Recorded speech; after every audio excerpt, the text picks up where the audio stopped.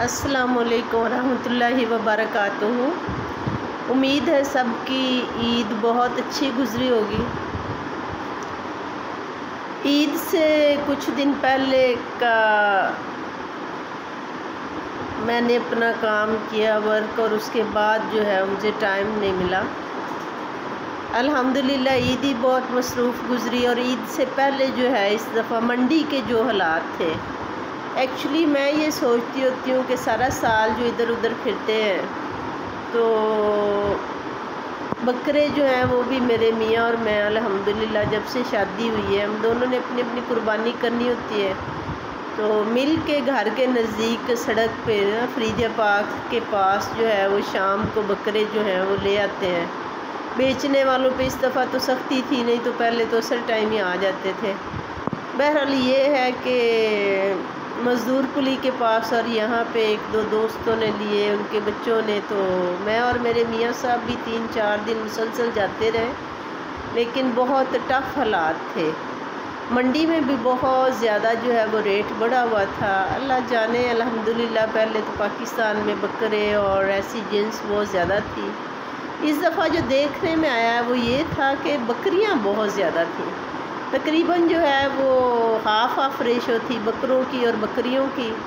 اور باقی جو 50% بکریاں حالانکہ ویٹ میں اور ویسے صحت میں اچھی تھیں، لیکن بس ایک سائیکی کا فیکٹ ہوتا ہے نا کہ لوگ سمجھتے ہیں لوگ ہم بکری کریں تو وہ پھر بکریوں کی خریدار جو ہیں وہ کم ہوتے ہیں، لیکن اس دفعہ بکریوں کا ریٹ بھی 70, 75, 50 جو ہے وہ عام تھا، پہلے ایسا نہیں ہوتا تھا۔ اور جو آدھے بکرے تھے اس میں سے زیادہ تر جو ہیں وہ ڈیفیکٹو تھے۔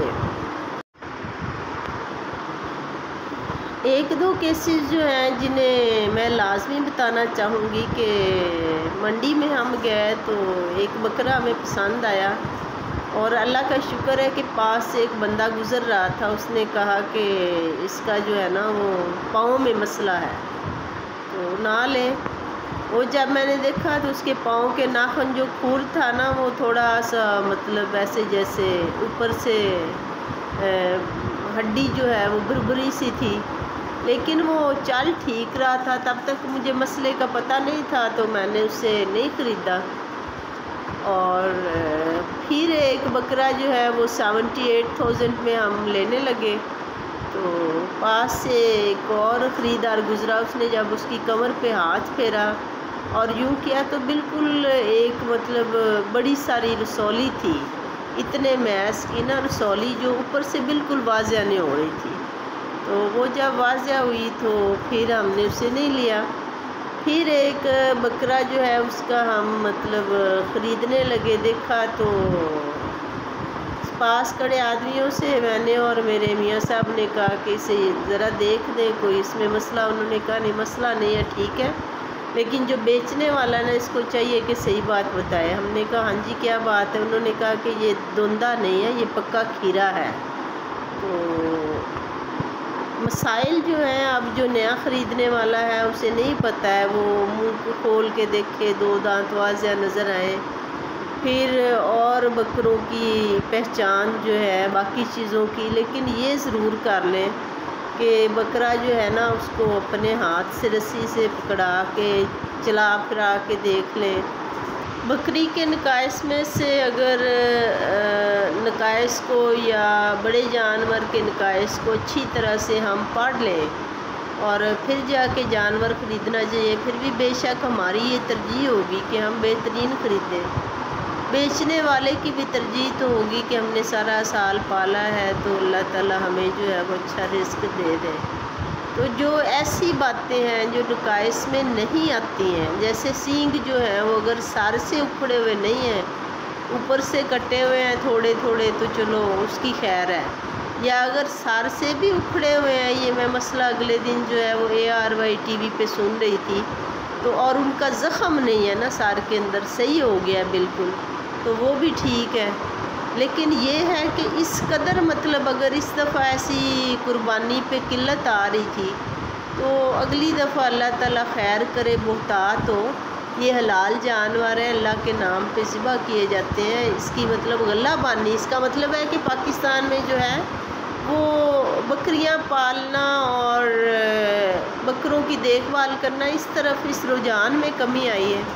تو بکریاں پالنا نبی صلی اللہ علیہ وسلم کی سنت ہے، تمام انبیاء کرام نے بکریاں رکھی۔ تو اب جو لوگ ہیں وہ تھوڑا سا اس طرف توجہ دیں، خاص کر ایسا نہ ہو کہ یہاں پہ قربانی کے لیے مسائل آئیں اور قربانی کا جانور خریدنا جو ہے وہ پہنچ سے دور ہو جائے یا کم ملے۔ اللہ تعالیٰ ہم سب کو اپنی حفظ و امان میں رکھے۔ جو بکریاں وغیرہ پالتے ہیں، ان کا کاروبار کرتے ہیں، ان کے کاروبار میں اضافہ فرمائے، اور جو خریدار ہیں ان کے لیے آسانیاں فرمائے۔ اس موضوع پہ ویڈیو بنانے کا مقصد یہ تھا کہ ہم اپنی طرز زندگی کو اگر تھوڑا سا بدل لیں۔ اب دیکھیں ہر بچہ جو ہے وہ گھروں کے سٹائل ایسے ہو گئے کہ گھروں میں جانور رکھنا جو ہے وہ مشکل ہے۔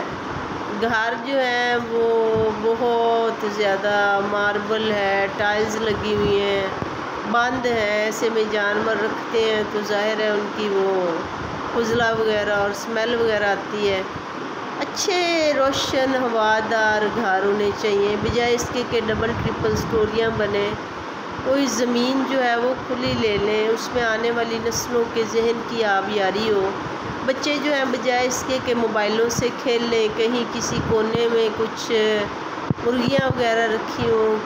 گراس ہو، کسی کونے میں بیک سائڈ پہ کوئی ایسی جگہ ہو جہاں پہ بکری گھر میں پالنا، بلی کا ہونا، یہ چیزیں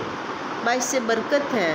یہ بھی ہوں تو ہمارے بچے جو ہیں وہ ان کا ایک اچھا ذہنی مشغلہ ہو۔ بچے کیا بڑوں کو پیار ہو جاتا ہے، جا کے 2-3 ٹائم میں ان کا مطلب کھانا کھلانا، پانی پلانا، جانور سے کھیلنا، وہ جب اچھلتا کودتا ہے تو اچھا لگتا ہے۔ تو ایک شاید صحت مند زندگی اور صحت مند معاشرے کی طرف ہم جا سکیں۔ جو لوگ افورڈ ہی نہیں کرتے، اپنا کھانا پینا ہی مشکل سے کر رہے ہیں، خط غربت سے نیچے ہیں یا خط غربت پر ہے یا تھوڑا سا اوپر ہے،